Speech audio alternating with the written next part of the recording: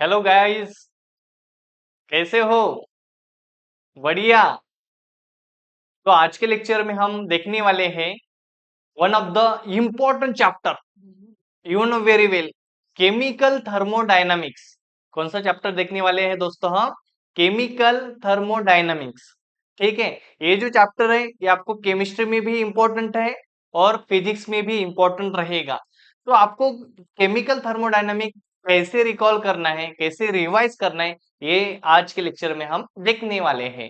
तो देखिए दोस्तों, पहले आपको क्या करना है, जैसे कि मैंने पहले सॉलिड स्टेट में आपको बोला था, तो क्या करना है कि जो जो क्वेश्चंस आते हैं, पीवाईक्यू जितने भी है, उसको क्या करो, उसका एक चार्ट बना दो। बराबर है। तो पहले क्या किया हमने, जितने भी क्वेश्चन आज तक बोर्ड के एग्जाम में पूछे हैं, एंट्रेंस एग्जाम में पूछे हैं, मैक्सिमम टाइम्स उनका एक चार्ट बना दिया। अभी हमें उसको क्या करना है, रिवाइज करना है। देखो, तो पहले हमने लिखे यहाँ पे डेफिनेशंस लिखे दोस्तों। तो कौन से डेफिनेशन पूछे जाते हैं? तो systems, you know very well, आपने ऑलरेडी पढ़ा है 2 साल कि सिस्टम क्या होता है। और part under investigation of thermodynamics, मतलब जिस पार्ट की हम थर्मोडायनेमिक के अंडर में स्टडी करते हैं, that is called system. And rest of the part other than system called surrounding, you know very well. ठीक है। थर्मोडायनामिक का सिस्टम क्या होता है दोस्तों? A part under thermodynamic investigation, और a part under thermodynamic study called system. Is it correct? And rest of the part other than system called surrounding. Is it okay? Is it right? Okay. Then first law of thermodynamic. First law of thermodynamic क्या होता है दोस्तों? ये भी बहुत बार पूछा जाता है, इसका डेफिनेशन पूछा जाता है, नहीं तो इसका रिलेशन पूछा जाता है प्रोसेस के साथ। मतलब first law of thermodynamic for isothermal process के लिए क्या होगा, अडियाबैटिक प्रोसेस के लिए क्या होगा। तो ऐसे हमें क्वेश्चंस आते हैं। तो फर्स्ट लॉ क्या है? फर्स्ट लॉ ऑफ थर्मोडायनेमिक क्या होता है दोस्तों? Energy neither created nor destroyed but can transfer one form to another, called first law of thermodynamic. In short, the internal energy of universe is constant. ठीक है। दूसरा statement क्या है उसका? Internal energy of universe is constant. It means that energy neither created nor destroyed but can transfer one form to another, called first law of thermodynamics. Is it clear?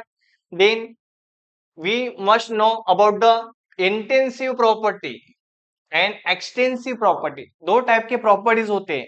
तो intensive property होता है एक, दूसरा extensive property होता है। हमें वो भी देखना है उसका रिलेशन क्या है, इंटेंसिव प्रॉपर्टी किसको बोलेंगे, एक्सटेंसिव प्रॉपर्टी किसको बोलेंगे।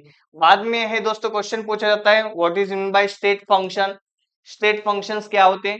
जो मैटर के स्टेट पे डिपेंड होते हैं उसको बोला जाता है स्टेट फंक्शन। मतलब सॉलिड, लिक्विड, गैसेस, ये क्या है दोस्तों? मैटर के स्टेट्स हैं।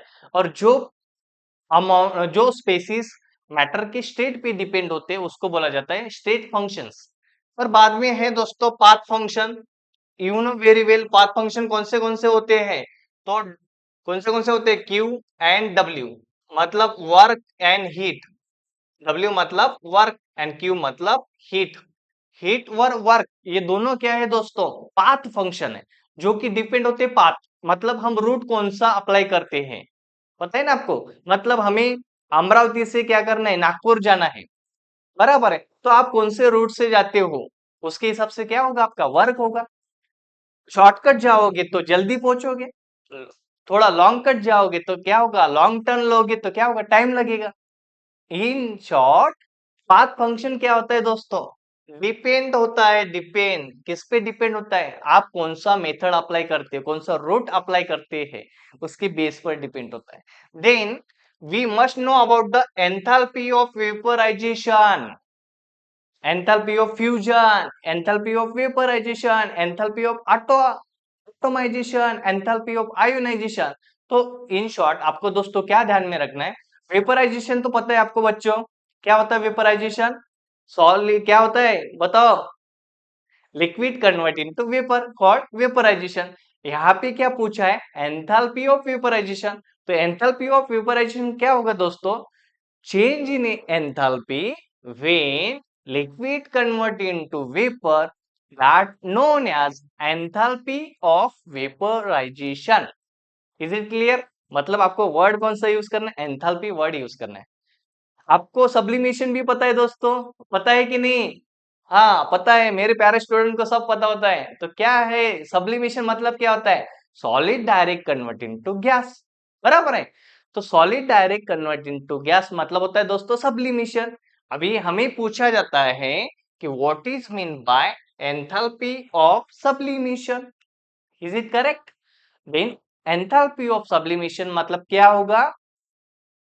enthalpy change where solid direct convert into gas. That process known as enthalpy of sublimation. Is it correct? Note करके रखिए, ये बोर्ड में इंपॉर्टेंट है, आने वाले हैं। उसके बाद हेस लॉ है दोस्तों, हेस लॉ देखा था हमने। हेस लॉ बराबर है। हेस लॉ क्या बताता है? एक नेट रिएक्शन, फॉर एग्जांपल हमें हैबर प्रोसेस लिखना है, तो हैबर प्रोसेस में क्या होता है? N2 का रिएक्शंस होता है और किसके साथ होता है दोस्तों? हाइड्रोजन के साथ रिएक्शंस होता है। और फॉर्मेशन क्या होता है? हमें अमोनिया फॉर्मेशन होता है हैबर प्रोसेस में। और हैबर प्रोसेस हम दो तरीके से लिख सकते हैं। तो हिस लॉ का कहना क्या था? जो भी दो स्टेप होते हैं, इंडिविजुअल स्टेप का जो एवरेज निकालेंगे हम, इंडिविजुअल का स्टेप का जो एवरेज निकालेंगे, उसके इज इक्वल टू क्या रहेगा? नेट रिएक्शन रहेगा। उसको बोला जाता है एंड हेस लॉ। कौन सा लॉ बोला जाता है दोस्तों? हेस लॉ। हेस लॉ मतलब क्या होता है? जो एक एक स्टेप होता है उसका सबका समेशन किया जाता है और उसका एवरेज जो भी आएगा वो फाइनल नेट रिएक्शन हमारा रहेगा। That is known as Hess law. तो यह लॉ भी हमारा कंप्लीट हो गया दोस्तों। बाद में हमें क्वेश्चन पूछा जाता है, explain first law of thermodynamic for various process. मतलब रिलेशन पूछा जाता है हमें फर्स्ट लॉ ऑफ थर्मोडायनामिक का विथ वेरियस प्रोसेस। मतलब कभी पूछा जाता है दोस्तों, explain first law of thermodynamic for isochoric process, isothermal process, isobaric process, बराबर है। तो ऐसे क्वेश्चंस बनते हैं। और ऐसे भी पूछा जाता है कि what is mean bye isothermal process, ऐसे भी पूछा जाता है, नहीं तो उसका रिलेशन पूछा जाता है with first law of thermodynamic. Correct है। तो कौन से प्रोसेस है? आइसोथर्मल है, एडियाबैटिक प्रोसेस है, आइसोकोरिक है, आइसोबैरिक प्रोसेस है। उसके बाद और एक इंपॉर्टेंट क्वेश्चन है जो कि हमेशा बोर्ड में पूछा जाता है या JEE नेट में उसका इक्वेशन पूछा जाता है आपको। तो क्या है दोस्तों? Relationship between delta H and delta U। Delta H and delta U का रिलेशन पूछा जाता है। क्या होता है दोस्तों? डेल्टा H मतलब क्या होता है? Change in enthalpy. Delta H मतलब change in enthalpy and delta U मतलब change in internal energy. Is it correct? आपको क्या पूछा जाएगा? व्हाट इज रिलेशन बिटवीन या relationship between delta H and delta U क्या होगा? तो क्या होगा? तो ये जो इक्वेशन आता है delta H is equal to delta U plus P delta V, हमें ये इक्वेशन क्या करना पड़ता है दोस्तों? एक्सप्लेन करना पड़ता है, डिराइव करना पड़ता है। ठीक है। उसके बाद उसके बाद देखेंगे हम कि प्रॉपर्टीज। देखो दोस्तों, मैंने पहले ही बोला है आपको कि कितने प्रॉपर्टीज है? दो प्रॉपर्टीज है। कौन से दो प्रॉपर्टीज है? एक है एक्सटेंसिव प्रॉपर्टी, एक कौन सा है प्रॉपर्टीज? एक्सटेंसिव। एक्सटेंसिव मतलब बाहर वाला, बाहर वाला, आउटर, आउटर, आउटर। इंटेंसिव मतलब इन, अंदर का, मतलब जो सिस्टम के अंदर होता है और जो सिस्टम के बाहर होता है, मतलब एक्सटेंसिव प्रॉपर्टी, इंटेंसिव प्रॉपर्टी, बराबर है। तो एक्सटेंसिव प्रॉपर्टी मतलब क्या होता है? A property which depend on the amount of matter. Extensive property मतलब क्या होता है? जो प्रॉपर्टी मैटर के अमाउंट पे डिपेंड होता है उसको हम बोलते हैं दोस्तों extensive property. A property which is depend on amount of matter called extensive property. And remaining आपको दूसरा देखना है, सेकंड क्या है? Intensive property. इंटेंसिव प्रॉपर्टी मतलब क्या होता है दोस्तों? A property which is independent of amount of matter. Independent मतलब डू नॉट डिपेंड इंडिपेंडेंट मतलब क्या होता है, डू नॉट डिपेंड, जो प्रॉपर्टी अमाउंट पे डिपेंड नहीं है। मतलब कौन से प्रॉपर्टी, फॉर एग्जांपल यहाँ पे पी मतलब प्रेशर दिया है, तो देखो प्रेशर, तो प्रेशर क्या होता है दोस्तों, हर एक सिस्टम का प्रेशर फिक्स होता है, बराबर है। हर एक सिस्टम का प्रेशर क्या होता है, फिक्स होता है, चाहे वो सिस्टम बड़ा हो या छोटा हो, बराबर है। प्रेशर तो फिक्स होता है। उसके बाद है T for temperature, T for क्या होता है दोस्तों, टेम्परेचर। तो ये क्या है, ये भी क्या है, independent of amount of matter, मतलब do not depend on amount of matter. आप बोलेंगे कैसे सर, तो मुझे ये बताओ अपने बॉडी का टेम्परेचर कितना है नॉर्मल, 98 फ़ारेनहाइट, बराबर है, या 37 डिग्री सेल्सियस। तो मेरा वेट 100 केजी भी रहो, मेरा नॉर्मल बॉडी टेम्परेचर कितना रहेगा, उतना ही रहेगा। या अगर किसी का वेट 40 केजी है, तो उसका भी नॉर्मल बॉडी टेम्परेचर क्या रहेगा दोस्तों, वही रहेगा। मतलब सिस्टम बड़ा हो या छोटा हो, टेम्परेचर क्या रहेगा दोस्तों, फिक्स रहेगा। प्रेशर क्या रहेगा, फिक्स रहेगा। मतलब इंटेंसिव प्रॉपर्टी किसको बोलेंगे आप, a property which is independent of amount of matter, मतलब मैटर का अमाउंट कितना है उसका कोई फर्क नहीं पड़ेगा, वो फिक्स रहेगा। क्या रहेगा, फिक्स। तो एग्जांपल कौन से इंटेंसिव के, तो pressure, temperature, surface tension, melting point and boiling point. उसके बाद आता है विस्कोसिटी, विस्कोसिटी भी आता है इसमें। उसके बाद एक्सटेंसिव प्रॉपर्टी, जो बाहर वाली प्रॉपर्टी, आउटर प्रॉपर्टी, मतलब जिसमें अमाउंट ऑफ मैटर का फर्क पड़ता है, और property which is depend on amount of matter called extensive property. उसके एग्जांपल क्या है, मास, फर्क पड़ता है, बराबर है ना। मतलब इंसान कैसा है, उसका कितना मास है उसके ऊपर डिपेंड है, बराबर है। यानी मेरे जैसा अगर लुढ़खुरा रहेगा, पतला इंसान रहेगा, तो उसका मास कम रहेगा। अगर असलम खान के जैसा रहा, मतलब 10 केजी वाला रहा, मतलब 100 केजी वाला रहा, तो उसका मास ज्यादा रहेगा, बराबर है। उसके बाद वॉल्यूम दोस्तों, कंटेनर उस पे डिपेंड होगा, कौन से कंटेनर, 1 लीटर का कंटेनर लिया तो 1 लीटर वॉल्यूम बैठेगा। 500 का अगर हमने कंटेनर लिया तो 500 वॉल्यूम उसमें फिक्स हो सकता है। तो वो डिपेंड होता है अमाउंट ऑफ मैटर के। बाद में इंटरनल एनर्जी है, मतलब यू, यू मतलब इंटरनल एनर्जी। उसके बाद आता है दोस्तों एन, मतलब आता है number of moles, number of moles. ये भी क्या है, नंबर ऑफ मोल्स, ये भी एक्सटेंसिव प्रॉपर्टी है। तो आपको ध्यान में रखना है mass, volume, internal energy, number of moles, ये क्या एक्सटेंसिव प्रॉपर्टी। और बाद में जितने भी डेल्टा वाले प्रॉपर्टीज है, मतलब डेल्टा एच, डेल्टा एच मतलब क्या होता है, change in enthalpy, change in enthalpy. Delta H मतलब क्या होता है, चेंज इन एंथैल्पी। उसके बाद डेल्टा एस मतलब क्या होता है, चेंज इन एंट्रोपी। क्या होता है दोस्तों, चेंज इन क्या होता है, डेल्टा एस मतलब चेंज इन क्या होता है, एंट्रोपी, चेंज इन एंट्रोपी। बाद में क्या होता है जी, डेल्टा जी मतलब क्या होता है, गिब्स एनर्जी। डेल्टा जी मतलब क्या होता है, Gibbs energy, Gibbs energy. Delta G मतलब क्या होता है, change in Gibbs energy. Delta S change in entropy, delta H change in enthalpy. तो ये भी जो सिस्टम्स है, ये भी किस में आते हैं दोस्तों, ये भी प्रॉपर्टीज आते हैं आपके एक्सटेंसिव प्रॉपर्टी में, बराबर है। तो ये उसके रहे एग्जांपल्स, दोनों के भी, एक्सटेंसिव प्रॉपर्टी और इंटेंसिव प्रॉपर्टी। आपको ध्यान में क्या रखना है, एक्सटेंसिव जो होता है वो डिपेंड होता है अमाउंट ऑफ मैटर के बेस पर, और जो इंटेंसिव होता है वो do not depend on amount of matter. ठीक है।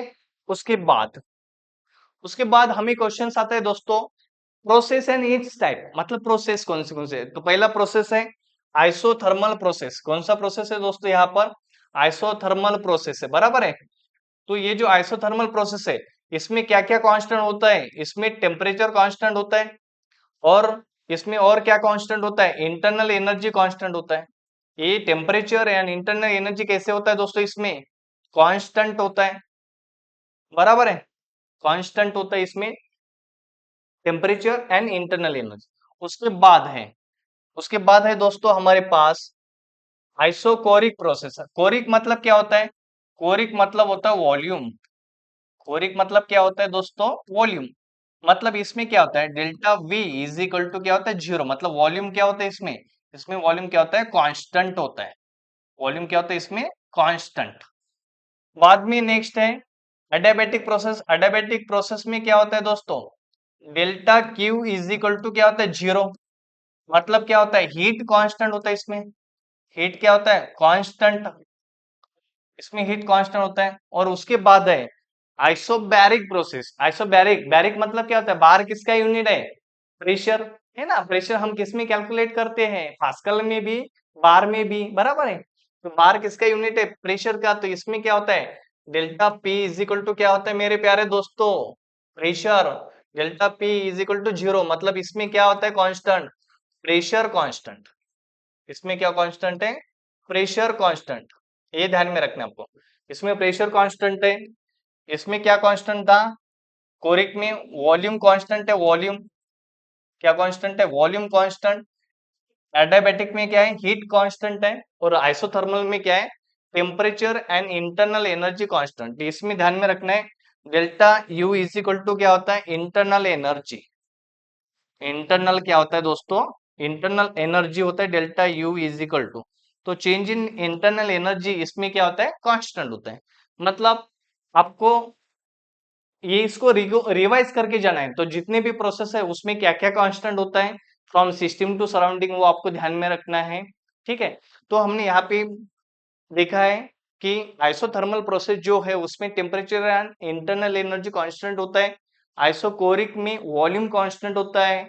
एडियाबैटिक प्रोसेस में हीट कांस्टेंट होता है। ठीक है, उसके बाद आइसोबैरिक प्रोसेस में क्या कांस्टेंट होता है दोस्तों, pressure is constant in isobaric process. ठीक है, यहां तक क्लियर है, बराबर है क्या, बताओ जल्दी जल्दी, यहां तक क्लियर है क्या आपको, यहां तक क्लियर है। तो इसके बाद देखेंगे हम क्वेश्चन, देखेंगे क्वेश्चन। तो क्वेश्चन क्या आता है, तो एक्सप्लेन या कैलकुलेशन पूछा जाता है हमें। देखो क्वेश्चन क्या आएगा दोस्तों, यहाँ पे देखो क्वेश्चन आएगा हमें, explain, explain first law, first law, explain first law of thermodynamic, explain first law of thermodynamic, explain first law of thermodynamics for for isothermal process. पहले देखेंगे हम आइसोथर्मल प्रोसेस के लिए, आइसोथर्मल प्रोसेस के लिए। तो first law of thermodynamic for isothermal process, ठीक है। तो first law of thermodynamic for isothermal process के लिए हम देखेंगे। तो आपको पता क्या होना चाहिए, इसमें फर्स्ट लॉ का इक्वेशन पता होना चाहिए। तो ये बताइए मुझे ये बताओ स्टूडेंट, फर्स्ट लॉ का इक्वेशन क्या होता है, first law is equal to क्या होता है, delta U is equal to क्या होता है दोस्तों, क्यू प्लस क्या होता है, डब्ल्यू होता है। फर्स्ट लॉ ऑफ थर्मोडायनेमिक क्या होता है, delta U is equal to क्या होता है, internal change in internal energy is equal to heat and work, या हीट प्लस वर्क। ठीक है, internal change in internal energy ये क्या है, summation of heat and work, बराबर है। ये है फर्स्ट लॉ ऑफ थर्मोडायनामिक का इक्वेशन। ये क्या है, हमारे लिए इंपॉर्टेंट है, इसको ध्यान में रखना है, ये इंपॉर्टेंट। अभी हमें पता है कि आइसोथर्मल जो प्रोसेस है दोस्तों, आइसोथर्मल प्रोसेस में क्या कांस्टेंट होता है बताओ, आइसोथर्मल प्रोसेस में क्या कांस्टेंट होता है। तो आइसोथर्मल प्रोसेस में दोस्तों कांस्टेंट क्या होता है, delta U is equal to zero होता है, and delta T is equal to भी क्या होता है, temperature and internal energy constant होता है, बराबर है। अभी क्या करना है, हमें फर्स्ट लॉ ऑफ थर्मोडायनामिक का इक्वेशन भी पता है, first law of isothermal process का भी इक्वेशन पता है। अभी हमें क्या करना है, रिलेशन बताना है, एक्सप्लेन बोला है उन्होंने, first law of thermodynamic for isothermal process, दोनों का रिलेशन पूछा है। तो वैल्यू पुट अप करो, देखो यहाँ पे क्या आएगा, क्या आएगा बताइए दोस्तों। देखो, तो हमारा इक्वेशन क्या है, delta U is equal to Q plus क्या है मेरे प्यारे दोस्तों, डब्ल्यू है। क्यू प्लस क्या है, डब्ल्यू, बराबर है। ये हमारा है इक्वेशन, इसको बोलेंगे इक्वेशन वन। ये हो गया हमारा इक्वेशन वन। तो delta U is equal to क्या है, यहाँ पे जीरो है, तो ये जीरो इज इक्वल टू क्या हो जाएगा, फिर क्यू प्लस डब्ल्यू हो जाएगा। क्या हो जाएगा, zero is equal to Q plus W. तो क्या हो सकता है दोस्तों, तो डब्ल्यू इज इक्वल टू क्या होता है, तो W इज इक्वल टू क्या हो सकता है, तो W is equal to minus Q हो सकता है, बराबर है। और क्या हो सकता है, तो Q is equal to minus W भी हो सकता है, तो ये क्या रहेगा, ये रहेगा relation between first law of thermodynamic for relation of first law of thermodynamic for isothermal process. मतलब आपको क्या करना है, ऐसे फर्स्ट लॉ ऑफ थर्मोडायनेमिक का रिलेशन हर एक प्रोसेस के साथ चेक करना है, क्या आएगा फाइनल इक्वेशन। उसका एमसीक्यू बनता है एग्जाम में, नहीं तो जेई नीट में उसका एक ऑप्शन आपको क्या करना पड़ता है, उसमें से फाइंड आउट करना पड़ता है। होप है यहाँ तक आपको ये लेक्चर समझ में आया होगा, बराबर है। और आपके पूरे डाउट्स मुझे ऐसा लगता है कि थर्मोडायनामिक के अभी क्लियर हो चुके होंगे। तो अगर मेरा ये लेक्चर आपको पसंद आया होगा तो आपको क्या करना है दोस्तों, लाइक करना है, शेयर करना है एंड सब्सक्राइब करना है। ठीक है, तो मिलते हैं नेक्स्ट लेक्चर में। Thank you for watching my lectures.